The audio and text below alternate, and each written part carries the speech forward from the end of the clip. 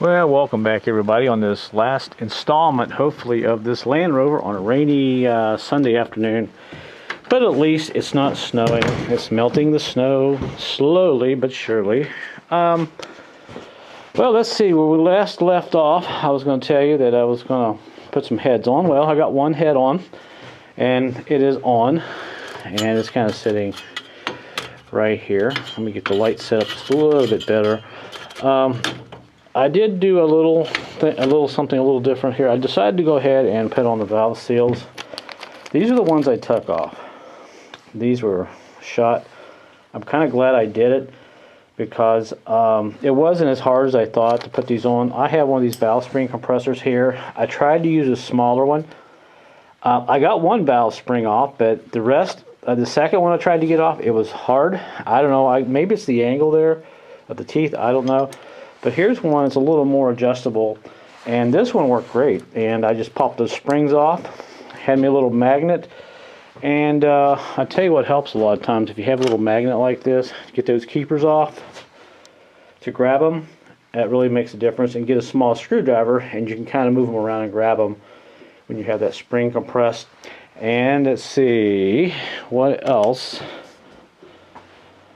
I went on ahead and got the head on, torqued it down, and there's the specs I wrote down on the paper and all that.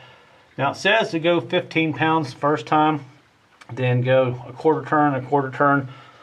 On that second quarter turn, I really just did it by feel. If it felt like it was getting so tight it wouldn't turn no more, just stop, because you're going to strip out the bolts. And I've torqued enough head bolts and aluminum heads down to know when to stop. But, just make sure you go by the specs here and the sequence as you tighten it down. And you want to do that on any head anyway when you're replacing head gaskets. So all I really have to do now is go ahead and do the other side there. And I'm using this guy right here, this torque wrench. Hasn't been calibrated in a while, but I think it'll be okay. I've used it enough in the past to know when to stop, like I said. So now what I'm going to go ahead and do, I've got this side cleaned. Go ahead and put the gasket in here. Let me grab the gasket real quick. And here is the head gasket that will go on this side. And this is a new composite type head gasket. Now 94, they changed this on Land Rover before. 94, it was just a thin piece of metal. This one here is a little bit different. It's a little thicker. It's got some extra sealant there. And that one will go. By the way, if it doesn't say top on the gasket somewhere, just look for the red sealant, and it will go up like this, and we'll set that on there like that. And this side is pretty well clean. I prepped a lot of this work earlier so I wouldn't have to deal with it later, and there it is, sitting on there really nice. Back to the back, and I think if I zoom in here a little bit, you can probably see the new seals behind there, the blue looking guys right there. I'm glad I did that, because that'll give the value of the engine, it'll be a lot higher to somebody knowing that the heads were done with new seals. And here is the head that's getting ready to be put on. And it's nice and clean. And like I said, I took a plane to it, or a straight edge, and had a feeler gauge. And any more than 10,000s will cause you problems on these aluminum heads. And I'm ready to put that on. So, like I said, the bolts, the new bolts, I oiled them up a little bit. When I put them in, I torqued them down. It took me about 20 minutes to torque all 10 bolts down, because you want to go slow. And I think you can see where the head is mated to the block. You can see the new gasket material there. So that side is done, and now all I have to do is this side over here. Once I get this done, the hard part's done. All I have to do is go ahead and put the intake on, and start hooking wires up, and put the valves, the push rods in, and the rocker arms and all that is going. It's going pretty fast, so it's going better than I thought it would go. Actually, this was probably a lot less work than the Fords, the 4.6, the 4.0s, V8 engines, because when you pull a head off, you have to deal with the timing chain and all that. Well, in the Land Rover, obviously you don't have to deal with that. Alright, so enough talking. Let me go ahead and get this head on, and we'll come back here and take a look at it. I would show you, sit here and show you the sequence of me tightening the head bolts down. But I don't want to bore you with that, and I don't want to make this video terribly long, but I just wanted to give you some idea. If you're going to tackle a Land Rover head job on a V8, it's not as bad as you think it would be. At least I didn't think it was that bad. So let me go ahead and get this head on, and I'll come back and let you know if I ran into any issues. Alright kids, we're moving right along. I've got this head on. It took me a little while to get it torqued down just right. That last 45-degree turn that you have to do, it's a little annoying and a little scary. So I just went until I felt it was tight enough, and I did check my torque wrench that I showed you earlier. I calibrated it, and it's accurate. So you start out 15 pounds and you go 1/4 and 1/4. And also, quick note, it is a wet torque, meaning you have to put oil on those bolts. There's a difference between a wet torque and a dry torque, so be aware of that. That is on. I got the push rods and everything on this side. Well, go ahead and put the push rods and everything on this side. You have to put them back in order. Don't forget that. And these push rods do not have oil holes. They don't have a tube hollow center. The middle of it is not hollow like a lot of push rods where oil squirts up. These are oiled from the top, and oil runs down and oils the engine and so forth and all that. So we ain't got too much more to do here. So now I'm gonna go ahead and put those rocker arms over here in, and go ahead and put the valley pan in, and hopefully here shortly we'll be able to start this up and hear it run. And also one other thing, those manifold bolts down here, they're pretty easy to work with, but you got to watch if you don't get them cross thread, so you have to start them in with your fingers and kind of move that manifold around until they started straight. And the same thing with this side over here. Apologize, it's a little dark, you can't really see it, but that's tight. And these take little 12 sockets, little 12-point sockets for those. 12 millimeter 12 points, what I'm trying to say. But I left my spark plugs in. I'm going to take those out later and clean them because I didn't want to take a chance of damaging the threads, cleaning the head and all that, and working on it. So I just left them in, but I'll pull them out later and put new ones in it. And we'll eventually start it up. Alright, rocker arms are on and push rods and all that. We're all torqued and everything is looking really good. Now, what I'm going to do next is go ahead and put this valley pan in. And right here where the water jackets is, I'm going to put a little RTV sealant, especially there, and then the two in the back. Now with this kit, they did give me a free tube of this, which is really pretty cool. With this kit, the only thing I didn't get was the intake gasket on the plenum. But a lot of guys just use a little bit of silicone on it, I should say. Did I say that right? Silicone on it, and that should take care of the problem. So what I have to do now is go ahead and slide the valley pan in like this. Of course, I can't glue it and hold the camera at the same time, but I'll just give you an idea how this sets in there. And that kind of sits in there like that. And this wiring harness, you kind of got to move it around. There's one wire that goes down next to the transmission. I think it's a crank sensor, and it's impossible to get to. And if I could have unhooked that wire, I could have pulled this whole wiring harness off the side and had no wires or whatsoever, but I wasn't going to get in there and break it. So I'm just kind of dealing with this wiring harness right now, but I should be able to get this intake back in there. And you can see how it sets in there, just like that. Pretty easy to put in. Of course, I got to put my end bracket there. In the back there's a bolt there, and there's one right here, little hole you see right there, and that is these guys here that holds that gasket there that goes in that area. And that gasket's actually right here. There's the gasket. It kind of sits on there, sits down on that block, and kind of keeps the oil out and all that. So pretty simple job to do. So I'm going to go ahead and finish that up there real quick, and we'll put that intake on. Alright, I thought I'd better stop and make a video. I'm getting too far ahead of myself. You can see I've got the intake on, and I've got part of the plenum on. All I got to do is bolt the top cover on there.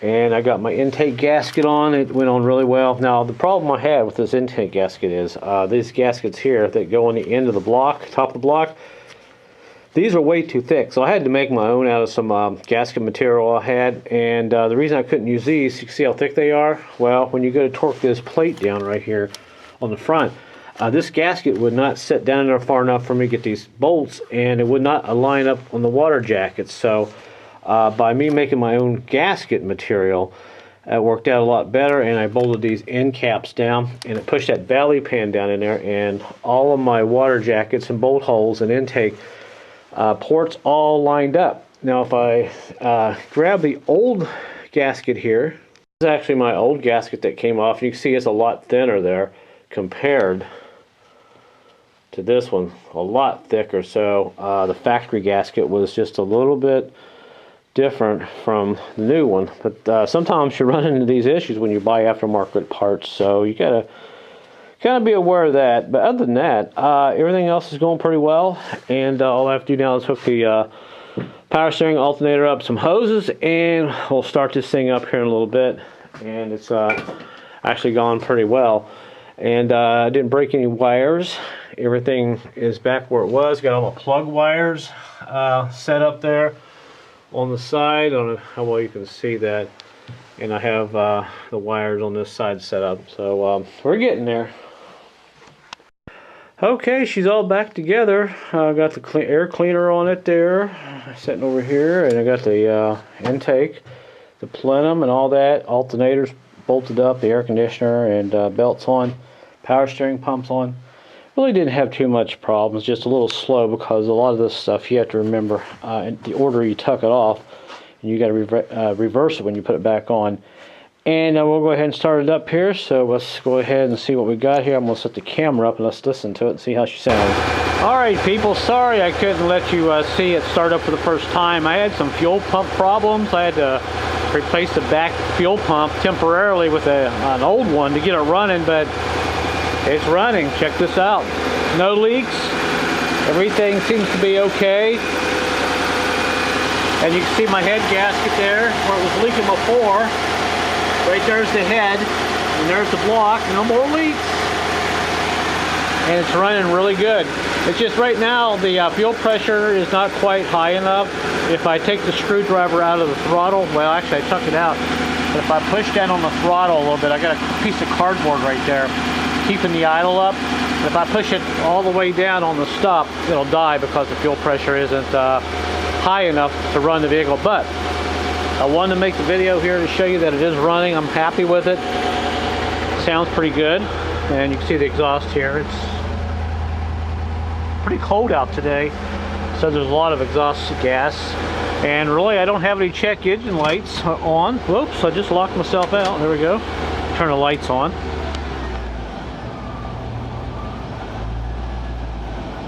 Actually, it dropped down. Idle dropped down on me. That's pretty cool. Now I can talk. But everything seems to be okay right now. I got really good heat. The heater's working on the inside. That will be very tolerable. And it's idling right there. I'll let you just kind of listen here without me saying anything.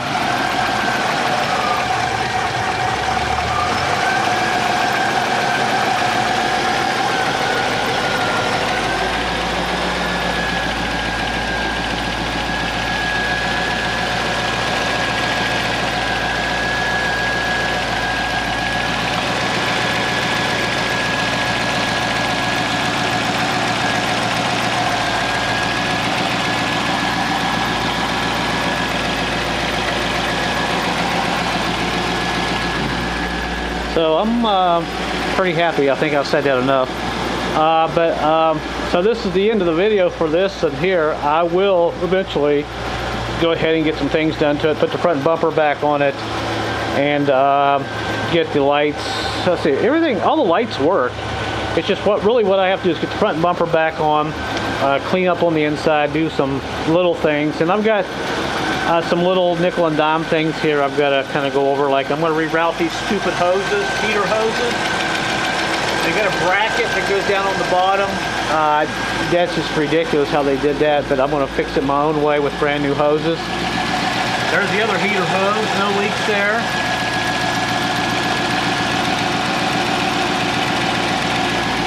So what I'm going to do now is take this cardboard. Well, I'll show you what happens here. I'm going to take a piece of cardboard out, just push down on the throttle. See, it'll almost die. There it died. But there you go. I just wanted to show you that it is running. I'm pretty happy with it. Oil looks pretty good. I got new oil in it. I don't have any leaks. So over the next week or two, I'll get it ready for the road. It's already legal. I just have to go get an inspection sticker on it, which is no big deal. The body's in good shape. Brand new tires. Now I have driven it around the neighborhood, and everything shifts great on it. The transmission shifts fine. High and low gear work on the inside. Let me go over here. Show you that. That there works pretty good. And the emergency brake, everything works. So it's just, I gotta put me another radio in it. That radio that was in it, the stock radio, it's gone. I've got me an aftermarket ready to put in it. And let me see if it'll start. It probably won't. It may try to start. Oops.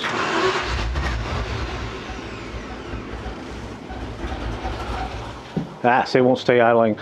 So this is what I'm gonna do next. Put the fuel pump in it when it comes here next couple of days. Then go ahead and get it back on the road. So I'll probably do one more video later after I get it cleaned up a little bit and show you how it's running and everything before I eventually sell it and get rid of it. I've got too many vehicles now. I got 3. No, actually I got 4. But this was kind of fun to work with.